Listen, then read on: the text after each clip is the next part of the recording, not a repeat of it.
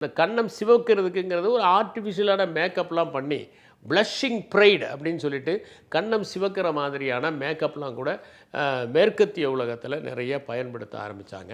White makeup அப்படின்னு ஒன்று இருந்தது. அதை கன்னத்தில் அப்பக்கூடிய பழக்கம் இருந்தது. அது 16th செஞ்சுரி 17th செஞ்சுரிலாம் இருந்தது. ஆனால் அதுக்கப்புறம் அதை ஏன் கைவிட்டாங்கன்னா, அதில் லெட் ஆக்சைடு அப்படிங்கிற ஒன்றை பயன்படுத்தினாங்க. அந்த லெட் ஆக்சைடு ரொம்ப கெட்டது. அதனால் அதை பயன்படுத்துகிறத அதுக்கப்புறம் நிறுத்தினாங்க.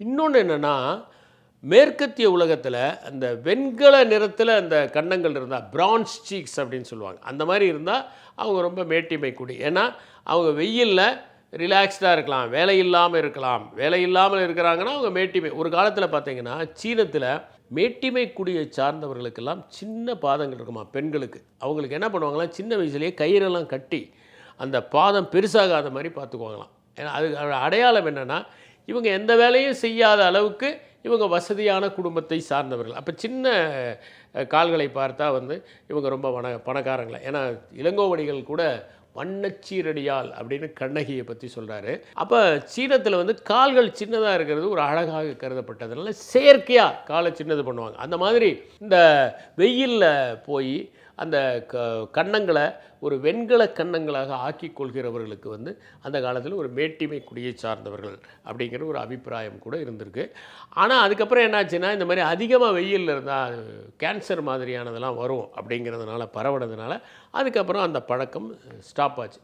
இட்டாலியில் ஒரு பெண்மணி இருந்தாங்க. அவங்க பேர் கைலா டோஃபானா. கைலா டோஃபானாவை சிக்னோரா டோஃபானா அப்படின்னு சொல்லுவாங்க. இந்த பெண்மணி ஒரு மேக்கப்பை விற்றுருக்கு. அந்த மேக்கப்புக்கு பேர் என்னென்னா மன்னா ஆஃப் செயின்ட் நிக்கோலஸ் அப்படின்னு விற்றுருக்குறாங்க. இந்த மேக்கப்பில் ஆர்சனிக் கலந்து அவங்க அந்த மேக்கப் விற்றுருக்காங்க. ஒரு காலத்தில் பார்த்திங்கன்னா இத்தாலியெல்லாம் அவ்வளோ ஈஸியாக மனமுறிவு நடக்காது. நாம் டிவோர்ஸ் பண்ணிடலான்னா அப்படிலாம் சாத்தியம் கிடையாது.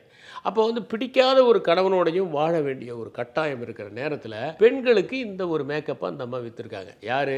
கைலா டோஃபானா. அக்வா டோஃபானாங்கிற பேர் அந்த மேக்கப்புக்கு பேர். அதை வாங்கிட்டு போகிறவங்க என்ன பண்ணுவாங்கன்னா, பெண்கள் தன்னுடைய கன்னத்தில் நல்லா அப்பிக்குவாங்க.